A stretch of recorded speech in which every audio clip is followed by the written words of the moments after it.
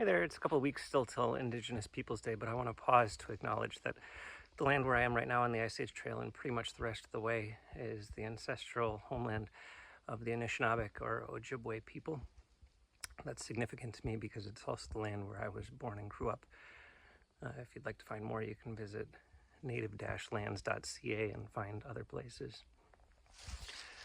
When I was healing and waiting, one of the books I was reading was The Land is Not Empty by Sarah Augustine. She writes about the doctrine of discovery, which was a way for European Christians to be able to claim lands of others who weren't Christian, with the sense that if people weren't Christian, they either needed to convert or else you would go to war with them. And so the lands were claimed, the people were removed with an erasure of their identity, including in boarding schools where they were sent, quote, to be Christianized, just gross. And so that went on into U.S. policy here of, indeed, removal and erasure.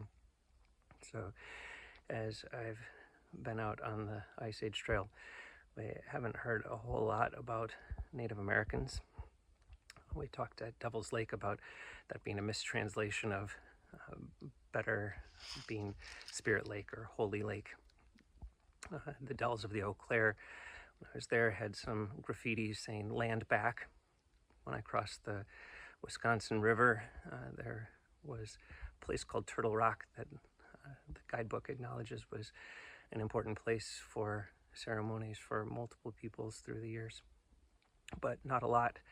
In fact, a couple days ago, there was a sign about logging, and before that, the Homestead Act, which was, of course, a way for white people to be able to get land. And this sign said unwanted land, sort of not acknowledging at all that there were people who'd been here before.